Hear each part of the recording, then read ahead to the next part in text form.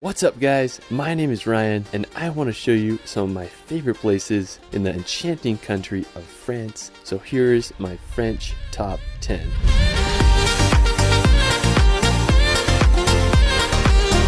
France is known all around the world for its endless history and jaw-dropping scenery. From the towering French Alps to the Mediterranean coast of the French Riviera, France has so much to offer. Let's start this video off at the picturesque city of Annecy. Now Annecy is located at the foot of the Alps. It's famous for its medieval old town and it's been nicknamed the Venice of the Alps thanks to its canals. Now the city is just absolutely magical, but what I love about the region is Lake Annecy. It's known as one of the cleanest lakes in all of Europe, and I just love the surrounding mountains. I mean, I just can't think of a better place to enjoy on a hot summer day. Now, one of the crowning features of the area is the Château de Menthon Saint Bernard. The castle began construction back in the 13th century, and it's just hard to beat the view of this medieval castle. After Annecy, we're going to head over to the nearby French Alps. Now this is definitely my favorite region in all of France. It's home to the incredibly massive Mont Blanc, which is the highest mountain in all the Alps at 15,774 feet. If you want to get a close-up view to Mont Blanc without the hiking, you can visit the Aiguille du Midi. Now special thanks to my friend Guillaume Rougelot for helping me out with footage. I'll link his channel in the description below. Now the Aiguille du Midi was constructed back in 1955, and when you see it, you just can't fathom how they were able to build this on top of a mountaintop. Now to get there, you can take a 20-minute cable car ride, which holds the world record for the highest vertical ascent by a cable car with an elevation gain of 9,000 feet. Now when you reach the top, you'll be able to witness one of the best 360 views in all the Alps. Now if you're into hiking, you'll have to experience the Tour du Mont Blanc. It's a roughly 170-kilometer trek that loops around Mont Blanc. You'll not only hike in France, but you'll also go through Italy and Switzerland. If you hike at a decent pace, you can expect to complete the loop in about 10 days. If I can travel to France this summer, I definitely want to attempt the Tour du Mont Blanc. I mean, literally just looks like pure paradise out there. After the Alps, we're going to head over to the Alsace region. Now located in eastern France, bordering Germany and Switzerland, the Alsace region is famous for its fairy tale cities, wine country, and rich history. Over the centuries, the region has alternated between French and German control, and today it represents a mix of those cultures. The capital of Alsace is Strasbourg. It's home to the formal seat of the European Parliament. Another enchanting city in the region is Colmar. Colmar looks like something straight out of a Disney movie. The city's old town is lined with timber, medieval buildings. I love the canal that runs throughout the city. It just adds to the magic of the place. If you want to escape the cities, you can experience the Alsace wine route. It's a 170-kilometer long route that passes through some of France's greatest wine country and picturesque towns. One of my favorites is the quaint village of Réquevier. It's believed to be the village that inspired the town from Beauty and the Beast. Even if you don't drink wine like me, it's impossible to not fall in love with this region of France. After, we're going to France's capital of Paris. Now, since the 17th century, Paris has been Europe's major center of finance, diplomacy, fashion, and the arts. Paris is one of the world's most visited cities, and with all its attractions and fascinating history, it's easy to see why. Paris's most recognizable attraction is the Eiffel Tower.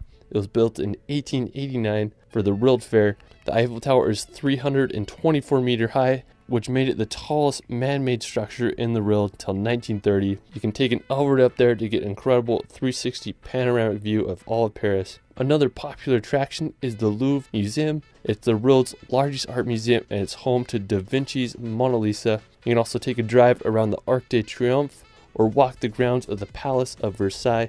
And there's just so much to see in this grand city. If you want a road trip outside the capital, you can head to France's northern coast, visit the coastal town of Étretat. Located about 3 hours outside of Paris, Étretat is famous for its white cliffs and rock formations. One of the most well-known is the Falaise de Aval Arch. It has such a unique shape. I guess you could say they are the French cousins of Old Hairy Rocks. While we're still on the coast, we're going to visit the magical island of Mont Saint-Michel. Now located 1 kilometer off the coast of France, Mont Saint-Michel is one of the most magical destinations in all of Europe. The island is full of small shops and homes with a monastery perched on the top of the island's highest point. The construction of the monastery began in the 10th century and was finished in 1523. Due to its strategic position and dangerous changing tides, the island remained protected throughout history. Today, Mont Saint-Michel is one of France's most popular tourist destinations. If you're ever in northern France or Paris, you really need to visit this magical island.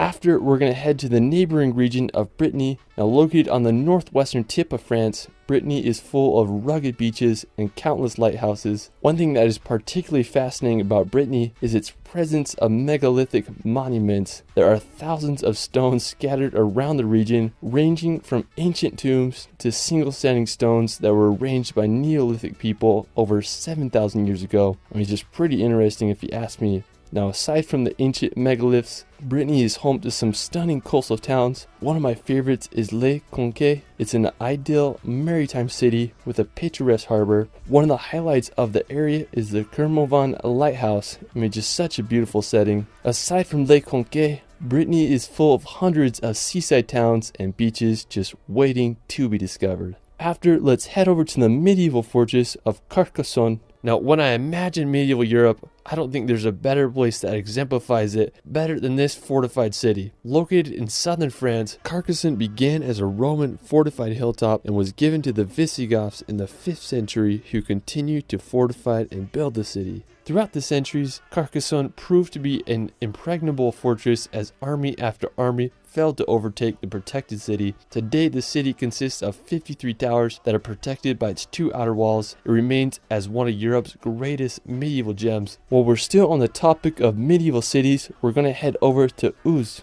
Now located about 2.5 hours from Carcassonne, Uzes is a small town with quite the medieval charm. What I love about Uzes is the Duke's Castle. It has such a unique look to it. The main tower with its 4 mini spire gives off medieval vibes. Now while you're in Uzes, you can make the short 15-minute drive to the ancient Roman aqueduct Pont du Gard. It's over 2,000 years old and carried water over 50 kilometers to a Roman colony. It's the highest of all Roman aqueducts and it's one of the most well preserved. Another nearby place to visit is Avignon. It's a stunning French medieval city full of intriguing architecture and history. After, we're going to head down to southern France to the French Riviera. Now located on the southeast corner of France, I have to say that the French Riviera is home to some of the world's best coastline. It's the perfect contrast between mountains and the Mediterranean Ocean. One stunning city on the French Riviera is Menton. It's a stunning coastal city sandwiched between Monaco and the Italian border. I just love its ports with the backdrop of the Green Mountains.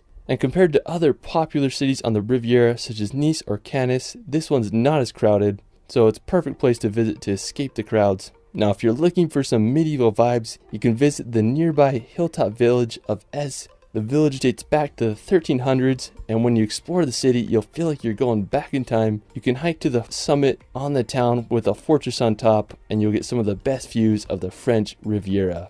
Well, that is it for my France top 10. I mean, there's just so many beautiful places that I could